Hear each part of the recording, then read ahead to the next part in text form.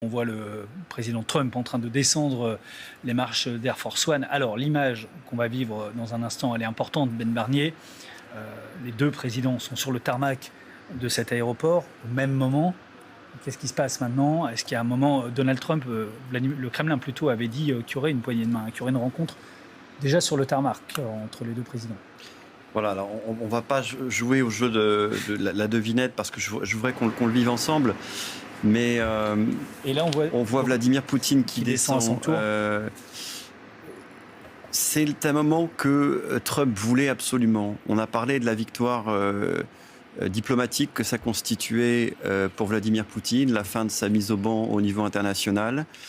Ce qu'on vit pour Trump, vous savez ce que vise ce soir, et pour vous qui nous regardez, ce que vise Trump ce soir, c'est le prix Nobel de la paix. Ça peut faire sourire pour lui, c'est un projet extrêmement sérieux.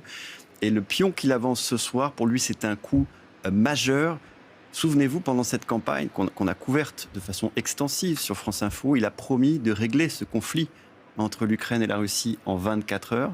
C'est un peu plus long, finalement. Voilà, c'était beaucoup plus compliqué qu'il ne le pensait.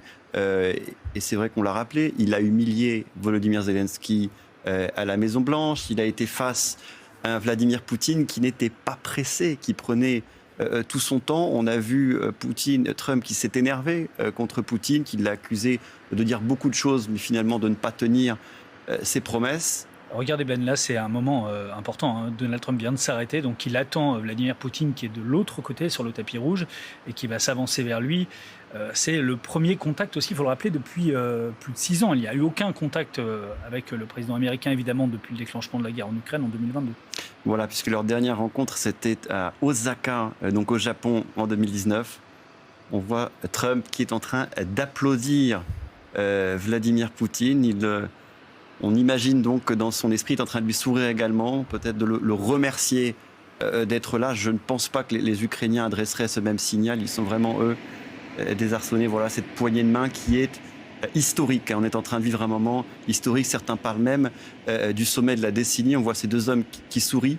Nul doute qu'on essaiera même de déchiffrer ce qui vient d'être dit sur les lèvres des deux leaders.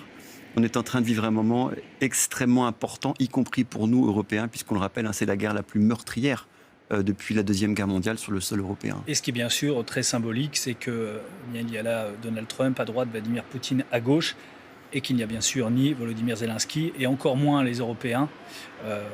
Ça se discutera entre les deux grandes puissances, comme à l'époque de la guerre froide quasiment.